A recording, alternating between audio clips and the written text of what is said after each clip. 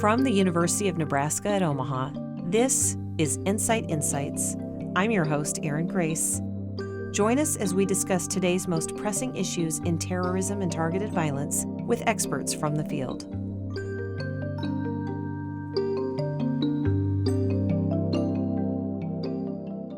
So today we are doing a two-parter on a subject, a tale as old as time, unfortunately, misogyny.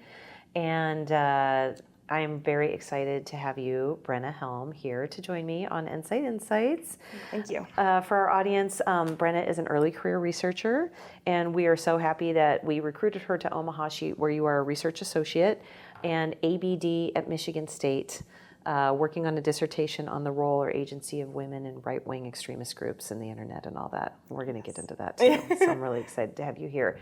We're talking about misogyny, what's old is new again, because of two stories that have been in the news recently, Brenna. The UK Home Office, the equivalent of Homeland Security in the United Kingdom, is taking another look at its counterterrorism policies and finding a space for misogyny, kind of recognizing it as a form of extremism where it hadn't been really before.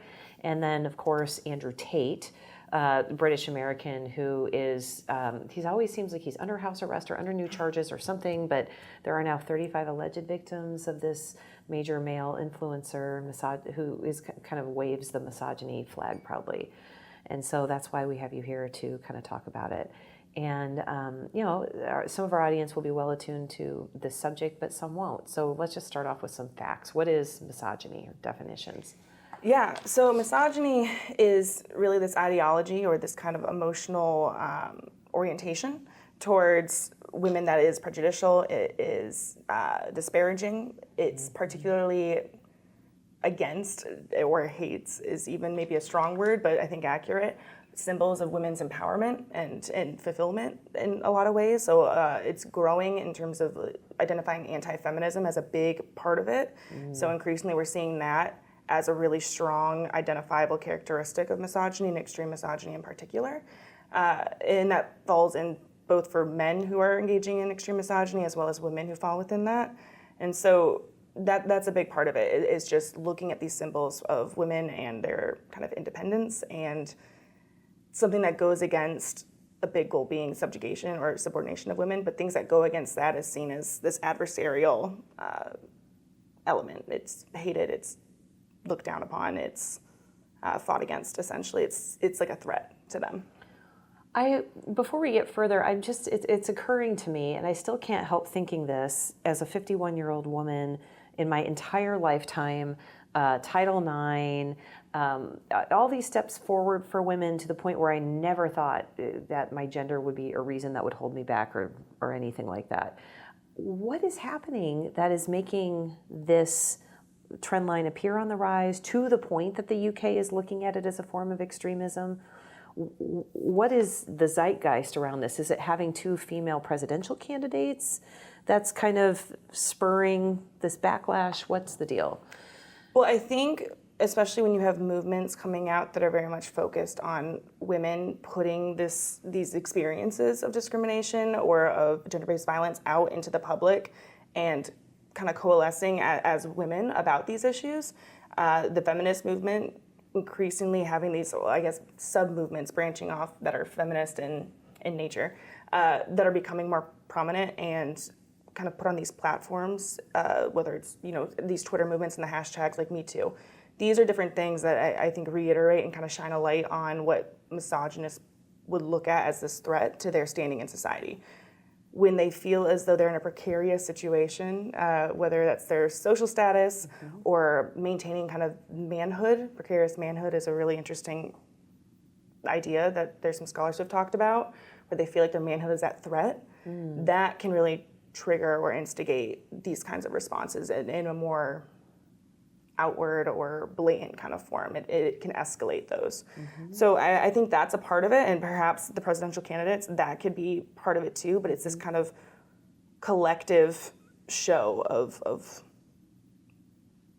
I mean, I don't want to say feminism, but women being outspoken and in the public eye and talking about these issues and calling things into question and acknowledging the gender disparities that we're seeing in this world, kind of putting it into public discourse and conversation. And so that the reaction to that would be more antagonistic against this idea. Someone feels attacked or aggrieved, and maybe they didn't do the thing that, like Me Too. They're not a Harvey Weinstein, but Right. they The might. not all men discourse is a great example of that. Okay.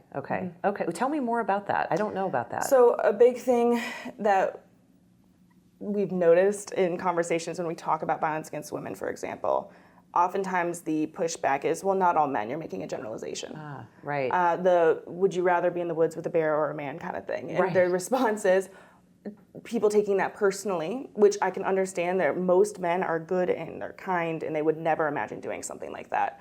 But just like we'll say not all men are problematic or pose a threat, not all men are also good-hearted, and we have to acknowledge that there's a pattern and a trend and a long-standing history that women experience violence and harm at the hands of men, as do other men who are victimized experience that at the hands of other men.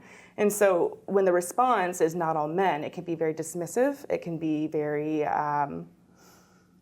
kind of put the issue away, it's taken very personally, and that interrupts any conversation or discussion that is really being critical and talking about the problem and trying to identify solutions, because there is this kind of visceral response of, well, I'm not the problem, and you're assuming this is anti-man, it's misandrist, it's et cetera, and it nips it in the bud, so it can't be talked about in an effective, healthy way. That makes sense to me. On the man versus bear, I was telling this to my husband, and he and I had different reactions to that idea. It was hard for him to wrap his head around that idea too, that this is how women might view it.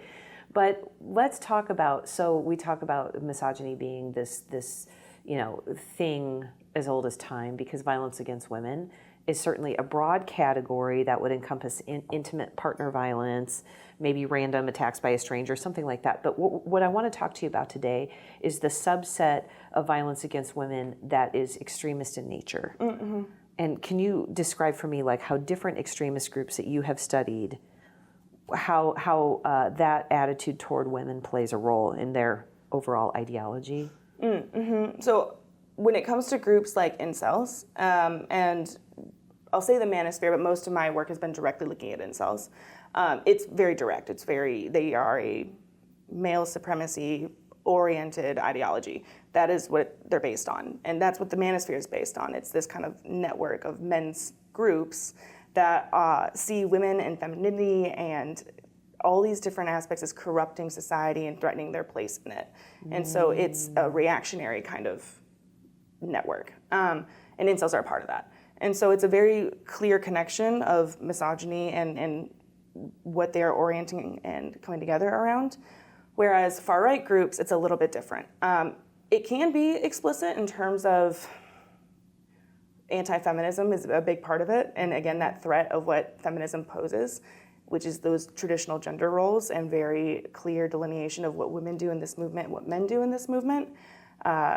Notably, when it comes to caretaking, childbearing, this expectation, because it's biologically predetermined of what women's roles are. Mm-hmm. And so when you have feminism and these other, notions of women's empowerment and what that looks like, and broadening kind of the scope of what women can and should be encouraged to do, that is taken as a direct threat.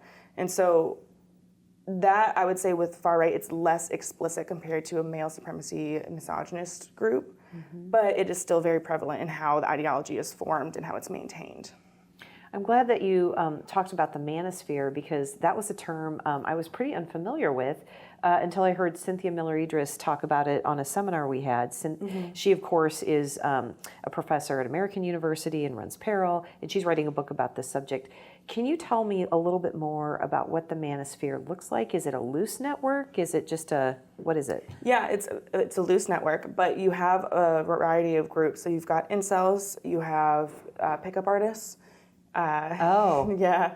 Okay. There's a range of pickup artists. They have, if you Google them, an interesting history and some incidents with gender-based violence. Okay. But it's more interpersonal, although the narrative is harmful on a larger scale, obviously. Yeah. You have men's rights activists, the fathers' rights movement, TradCon, so traditional Christian conservative groups that are, again, kind of similar to when we think about certain like white supremacy groups that are more traditionalist, like the Ku Klux Klan. that they're very focused on those traditional gender roles. You've got men going their own way.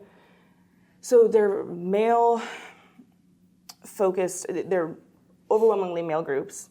There's some talk about how there's these connections and kind of affiliations then with ones that are women, like trad wives. They're not in the manosphere necessarily, but there are those connections where it's not like an explicit boundary of you're either in it or you're not. But it is this networked misogyny is something I believe, the name, I can provide it later, but there are people who have coined that as networked misogyny, where there are these online networks that form where people can easily pass through to these different groups. And so they're not very cut and dry, which is characteristic of the internet in general, that those boundaries are porous. Yes. But they're all connected. They're able to transfer information and perspectives and share those. They're able to then platform those on mainstream spaces. And so that's where you see kind of this, almost this leakage of these different ideologies and these different concepts. And like the meme culture is huge. And you see these on as you're scrolling social media because of this platform where it is loosely connected, but it's still kind of this segment of the internet and social media platforms that is very clearly occupied by groups with misogynist ideologies and beliefs and freely sharing those. I'm glad that you brought up the internet because I want to talk about what role the internet has in promulgating these beliefs. Again, I will sound very okay boomer here, but I'm just sort of scratching my head like in disbelief at sort of what we would have called the caveman nature of these ideas or thoughts that have not been part of my lived, at least explicitly lived experience, thank God. So is it just that they can spread like wildfire? Is it that there is an audience for this that's craving something they're not getting somewhere else? So there are a couple things with it. One being the internet can provide some anonymity. And so these ideas that have, a tale as old as time, right? It's been around, these ideas have been around for a while. But when you're online and you have this as close to anonymous as possible, these alternative monikers and usernames that aren't your name, right? You feel more emboldened to say things. And when you're in these different platforms and spaces where you're around people who you know are on some level going to agree and condone that or support that, that allows these narratives to proliferate and be shared. And then you add in things like when you can ascribe scores or likes or upvotes and things like that. You get that reinforcement even if someone isn't directly saying, hey, great point. Although you get that too. And you see that there are these groups that form and then different platforms allow a different level of depth to that. So mainstream platforms, there's usually some kind of limitation of what you can say and what you can't say. Yeah, right. So for example, our Incels was banned from Reddit and I think it was 2017 because they were advocating for rape and they were booted off of Reddit. But then you have these other fringe independent websites and platforms where they're self-moderated. And so that boundary is expanded upon and there's so much more that can be said and done without direct kind of consequences like deplatforming. And so when you have the internet and this evolution of it, where you have the anonymity, you have the support, and you have that reinforcement, it allows these different things that have been unsaid or maybe only said in these small kind of, we'll say the dark corners. Yeah. Someone isn't necessarily going to come up to me face to face and say something like that, but online, very different. We saw it with Gamergate. You see it with the response to Me Too. You look at it with harassment of female journalists and politicians and athletes. And so the internet emboldens a lot of folks. And that's compounded then when you have these interest-based groups that people feel supported in, oftentimes called echo chambers. Talk about incels. Who are they? What do they do? And what are you seeing with any kind of trend lines here? So incels are interesting because they're not a homogenous group. They're not all, we can't look at them all the same. They're definitely a spectrum where you have folks, you have kids, people under the age of 18 who get in these groups, usually on these mainstream platforms like Twitter or Reddit, they might run into this stuff. But then you also have the really extreme black-pilled incels where the reason I say really extreme is because it's this nihilistic idea that nothing is going to change. And so that is kind of a breeding ground for more extreme perspectives and reactions to things that they see as a threat, like feminism. And so you have this really wide range and different platforms that go along and kind of reflect that. And so incels, you have, like I said, range of age, range of races. It's transnational. You have people from all over the globe involved in this, not just Americans or not just, those from the UK, not just those from a variety, not just Australians. They're from all over and able to connect and have this kind of global network. Again, one of the affordances of the internet. Yeah, sure. Tie us together. That's kind of, incels they're, I don't want to use the word diverse necessarily, but they are more diverse than we typically think. And incel, of course, stands for involuntarily celibate male. Okay. Yes. So they're men who struggle to form romantic and notably sexual relationships. So usually that's the first thing that comes to mind is this frustration that they have over being unable to form sexual relationships. And I think that feeling of loneliness is something most people can relate to and understand at some point in their lives, but it's taken to a whole other level and a whole other degree. And a deadly degree. I mean, I think in the UK there was a mass shooting involving an incel. Is that right? A couple years ago? There have been some.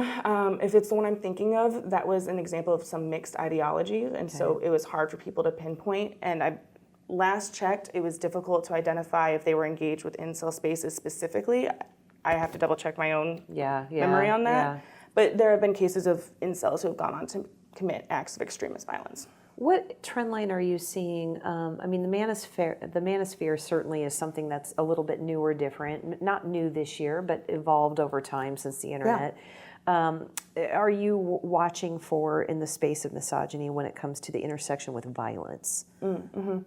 So that's something that researchers are still working on, is how to parse out people who pose a risk offline versus those who are venting or engaging in these spaces online. It's something, and that's, again, kind of the crux of internet research, is figuring out how we identify and determine risk, because the internet is difficult. There is less of a filter. There are less inhibitions, and so people can go on these spaces and say a lot of things, and then the idea is, well, it's just a joke, or it was just a meme. But there are these subliminal meanings to those, and so the extent to which someone is absorbing that and meaning it is hard to determine. Similar to other forms of violence, leakage is one thing. If people are online saying something or talking about these hypotheticals with a lot of depth and detail, that's something that's a flag that people watch for. The FBI definitely does, and they look at those things when it's brought to their attention and reported. But we're still working towards figuring out an effective way to identify those who pose a risk offline. Got it. I thought it was interesting in the stories about the UK's move to look at how do we classify misogyny, and does it go in this one bucket? There was also a discussion of doing some kind of like countermeasures to, I guess, blockade young men from getting radicalized into misogynistic viewpoints, just because of the pervasiveness of, say, the popularity of Andrew Tate and male influencers like that, and maybe even in your line of work, female influencers. Yes. And so that to me is very interesting. What do you know of any effective countermeasures, or how do you stop people from absorbing this, or how is it? So that's one question. I guess the second question is, how blended into the mainstream are these ideas? Yeah. So misogyny is very much blended into our everyday. There are instances of everyday misogyny. Like microplastics. We're just absorbing them without really... Yeah, I mean, if we want to think about everyday misogyny, we could even think about just the dismissal of violence that women face and the rate of sexual violence in this country. The lack of a meaningful response to mitigate that harm on a large scale is just one example of it. If you think about things like domestic violence is another one. It's not inherently misogynistic, but it can be. And so it depends, because we don't want to conflate everything together. But misogyny is something that we see in that. We see it online with hate speech, I would argue, and the level of targeted harassment at women, with that being threats of sexual violence that are targeted towards women, and doxing them. So we see it in our everyday lives as well, but even street harassment is something I would argue can fall into that. But when it comes to these actual movements and how you're seeing it with them, it is a spectrum where you have even just something as the dehumanization of women, all the way to these forms of extremist violence. And so when it comes to interventions, some stuff that has been proposed by researchers and scholars and those in policy is doing early interventions with young boys and trying to counter the narratives that are conducive to these ideologies and these beliefs and misogyny, and working towards trying to deconstruct those before it gets to that extreme point. before we're in this kind of pipeline of going down the incel rabbit hole, for example, or the manosphere. Because with technology, people are getting exposed to that increasingly frequently, with ease, stumbling upon this stuff. And so trying to get ahead of that is there's a big push for that. Very interesting.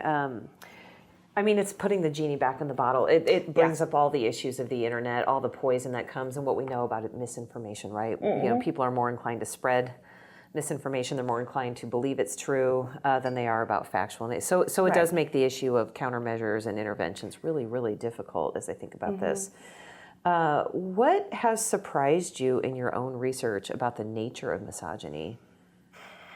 About the nature of misogyny. And maybe get to your dissertation about the role of women, because that was kind of interesting to me, what you're studying. Well, that's one thing. And internalized misogyny is something I've had some familiarity with as someone who comes from a sociology background with some gender studies, so it's something that's been discussed. But seeing it within extremist movements is really interesting to me. And looking at women's role and these movements that have misogyny as that kind of a fixture there. And it's not limited to men. Women can just as easily condone or engage in these things. And so you see it with conservative anti-feminist women, for example, and advocating for these different gender roles and traditional kind of beliefs about it, especially rooted in biological essentialism, that this is how women are designed, it's biology, and because of that, women are inherently inferior to men. And whether that's explicitly said or said through these kind of suggestions and things that they advocate for, nonetheless, that is something that speaks to that misogyny. And so it's kind of interesting when you think about women as supporting or condoning those things. When it comes to within like the extremist far right and white supremacy groups, the discussions about limiting women's right to vote or taking it away altogether. I've heard women say this, I've seen women say this online. As supportive of reducing their rights. Yep. What is the defense of that? I've seen some where the idea is within the family, which is a big part of these movements, is that is women are family. That is, they take care of the kids, they're raising the next generation. That is what women are put on earth to do, is to raise children and have the family and take care of the family and their community. And so through that, there is this idea that for those who ascribe to it, not all women in the movement are on the same page with this, but those who have, is that within the family unit, you're following the man. He is the leader, he's the representative of your family. He is guiding you in the right direction. And so under that logic, the idea is trusting his vote, and he can vote on behalf of you, basically. So I've seen that advocated for and argued by some women in these spaces. Again, not all. There are also others who co-opt this language of empowerment and kind of fit it within the frame of their ideology as well. So there are different approaches to it, but that is something I've seen. Yeah, that's interesting. When we were talking before this, Brenna, I was telling you about some people that I know who have chosen more traditional paths in terms of women's roles, whether they stay home and raise the children or, aren't pursuing, careers. And, we're certainly not speaking about their chosen desire to do that thing where they have agency and this is something that they want, right? I mean, I want to distinguish that up front between what is misogyny, what is violent misogyny, and what is the range of, choice that women, and men should have about their lives. Yeah, there's absolutely nothing wrong with women who want to stay home and be a caretaker and take care of the home. There's nothing wrong with that. And that is a choice that men and women should be able to make for themselves and their families. Absolutely. Yeah. When it comes to groups like tradwives and others, that's where it pivots a bit. And usually with tradwives, you also are seeing this language. And you see it also with some far-right, extremist far-right vloggers and social media. Evian Leidig has a great book that came out on this, and some great publications too, so recommend that. But with that, you see it a little bit different because the messaging also has these interwoven ideas of going back to kind of this rose-colored lenses of a time that also is seeing multiculturalism as a threat. There's this racism in there. There's the idea that this is what a woman is meant to do, and with that, there's this inferiority that is put out into kind these of baked messages. Into it. Right, it's baked into it. And so that is different than someone who chooses and would like to stay home and take care of the home and take care of their children and homeschool even. That is a different thing. But when it is accompanied with these messages that is advocating for others to do it to the point of even saying that is your job, that is your role, that is when we start to get into misogyny, and we start to see that as fundamental. You know, that whole term trad wife, where of course the trad stands for traditional, is this nostalgia factor partly due to the lightning speed technological shift we are experiencing in our lives? I mean, you're probably a digital native, but I'm like Atari generation. And so I feel like I have a foot in these different worlds where I can see how much our lives have changed because of the quick pace of technology and what that has done, and how there's some kind of a backlash to it.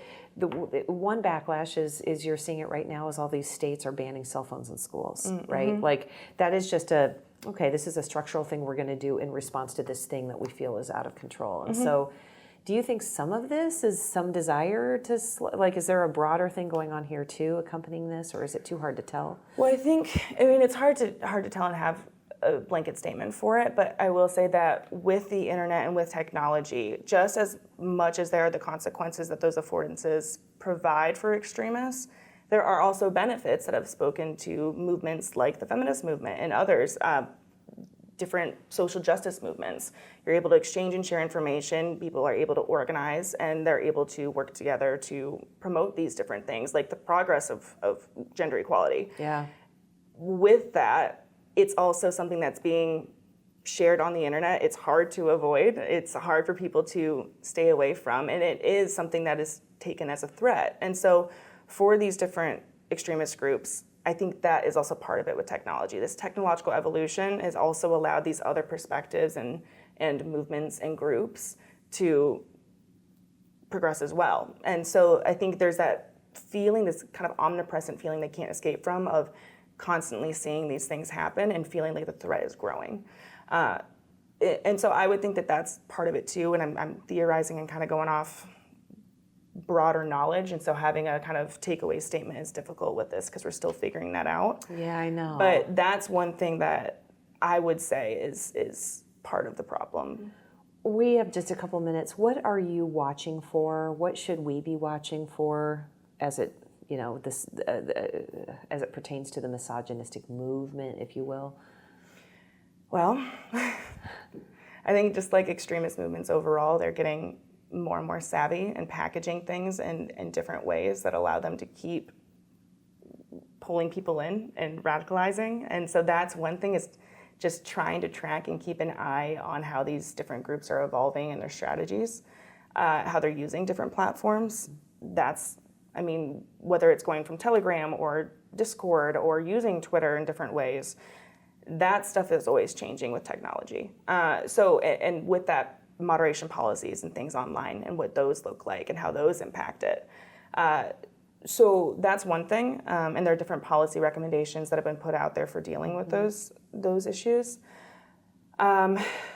Mixed and unidentifiable motivations, those are something that people have been talking about more and more, especially if I'm not mistaken, if I'm thinking correctly to what you were referencing before with the mass shooter in the UK. That was a big point of conversation because people are conflating that with, before information is out, calling people incels or these different groups, but just because misogyny is there doesn't mean it's necessarily incels. So starting to acknowledge and notice how these ideologies overlap and build upon one another, and how we can understand that as kind of an intersectional thing. And so mixed, unidentified, and I'm messing up the acronym, forgive me. There's lots of terminology. So many. But with those ideologies, that's another thing that we're seeing more and more of with self-radicalization online and people finding these different things, and it's kind of like a mutt of an ideology, sort of. That's a good way to put it. I like the mutt. Yeah. Compared to these individual, clearly categorized, clearly defined ideologies. With technology, that's less and less the case. And so harder to figure out. Yes. Brenna, gosh, I want to talk about this with you all day, and I'm sorry that I have other demands and you do too. But I'm thinking in this discussion, I can't help but think of my 16-year-old son in the basement, allegedly playing, Madden, but maybe on Discord having horrible conversations. I don't know. I'm too tired to kind of fully monitor it. I'm thinking of my 18-year-old daughter who just started college and is off in the Netherlands, and my 14-year-old who just started high school. And so I guess tell me how we can, not just as a parent, but as educators, as society, inoculate these young people against these harmful ideologies. What are you seeing and what is your advice? Yeah, well, the first thing to say, I'm not a parent, and so of course I'm speaking to people who have kids, and that experience I can't relate to. But from what I'm seeing in the discussions that are out there and what researchers have been promoting, one thing being keeping an eye on basically things that would make a child susceptible. So in radicalization theories, we call it like a cognitive opening, where big life events and changes occur, and that creates this window, this opening that other ideologies can come in and provide some kind of meaning or explanation, a way to move forward from that.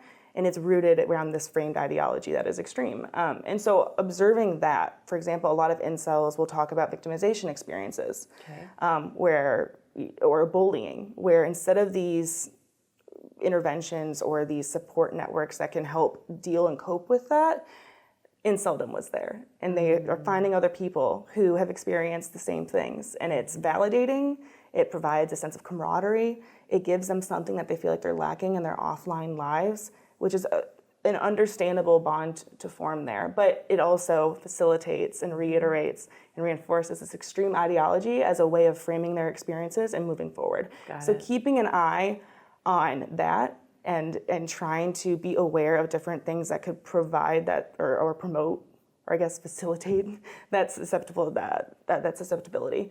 So that's one. Another thing, and this is something that I know is difficult, and I'm about to say this and probably I can hear people responding of, okay, that's impossible, which is fair, but trying to the best of your ability to be aware of what your kids are engaging with online. Yeah. Again, to the best of your ability, because there's so many different things out there that can be done to kind of limit parents' awareness of what they're doing, right?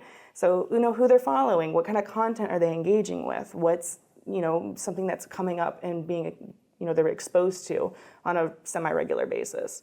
And with that, then, having the uncomfortable conversations, having that open dialogue and discourse where they can come to you and ask questions about things that they're saying. Yeah. If Andrew Tate pops up on a timeline, being able to talk about who is he? What is it that he's saying? What does that mean? Is that something that I can, I should be doing?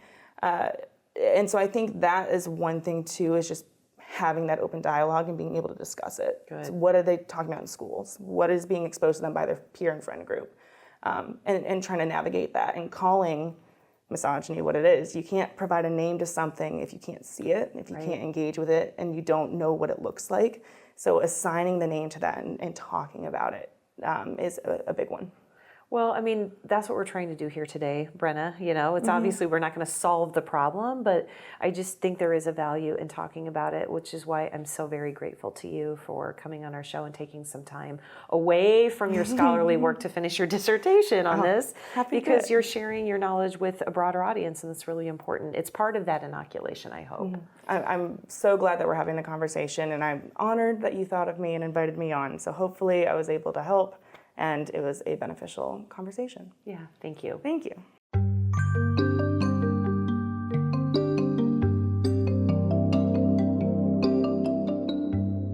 This series is produced by Ben Badafarano, Erin Grace, Scott Jordan, and Blake Ersch.